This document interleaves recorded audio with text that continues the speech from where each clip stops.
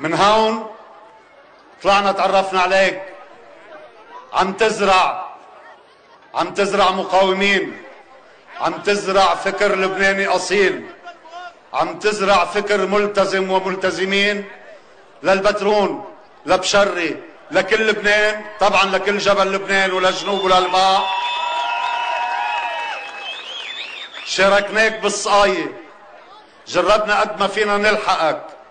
الكل بيشهدوا انه ولا مرة ناموا الا بعدك سهران، ولا مرة فاقوا الا كنت مبلش بالشغل، وانا من اللي بيشهدوا. يا حكيم،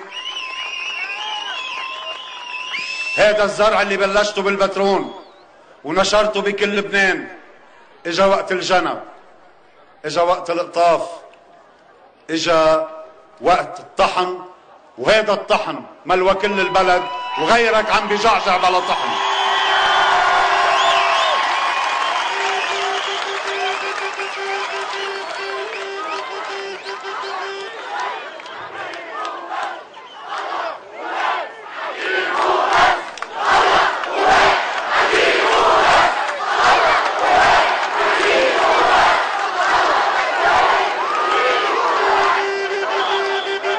وهالناس اللي مجتمعة حولك بكفيفين، وطبعا حول كل قوى 14 اذار، بالقرب من القديسين، بضيعة القديسين، والله يعطينا تنتشبه بجزء من حياتهم ومسلكهم. هالناس جاي تجدد معك العهد والوعد، معك ومع القوى الاستقلالية، مع ثورة الأرز وانتفاضة الاستقلال اللي هن صنعوها، وحضرتك مع زملائك الشيخ بطرس حرب وكافة قيادات انتفاضة الاستقلال كنتوا مؤتمنين عليها، لأن هيدي انتفاضة فيها تكتنز مشروع بناء البلد بمؤسساته، بناء الدولة بجيشها القوي، بقواها الأمنية الفاعلة، بمؤسساتها الدستورية السيدة اللي هي بتاخد القرار، السلطة التنفيذية بتخطط، السلطة التشريعية بتشرع وبتحاسب، السلطة القضائية بتدير العدالة وبتحققها، وفوق السلطات كلها رئاسة الجمهورية اللي كلنا سوا بنفخر انه قدرنا نرجع نعبيها بمن يعيد لها علاقة ودورة وتوازنها ومرجعيتها، تكون فوق كل الرئاسات والمؤسسات والكل المؤسسات والكل الشعب والفئات، لا يمكن احتوائها، لا يمكن تخويفها، لا يمكن استعمالها، كما كل المؤسسات على كل أرض الوطن.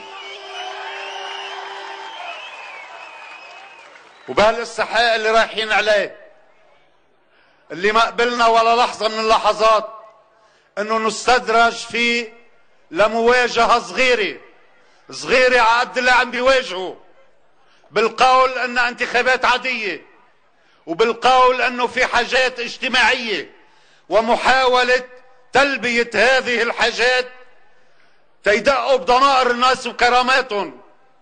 نعم، في عنا شعب محتاج، بالقوات في ناس محتاجة، بالكتائب في ناس محتاجة، بكل احزاب قوى 14 اذار في ناس محتاجة. بتعرفوا ليش؟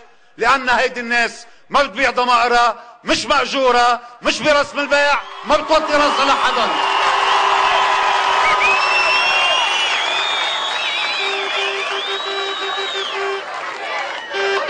والادعاءات بانهم اصلاحيين بعد ما تبين انهم عايشين باوكار للفساد، وبانه عم بيمارسوا السلطة بشكل استغلال للسلطة ورشوة الناس بخدمات السلطة.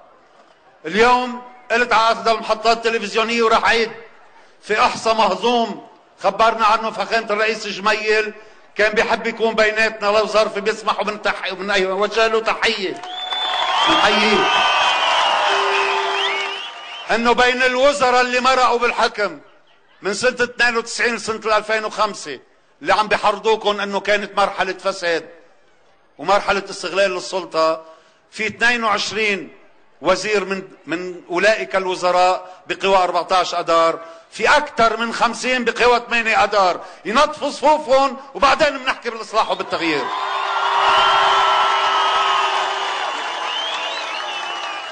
بقي لي كلمتين بدي اقولهم. ليش نحن مش مغشوشين ومعركتنا سياسية؟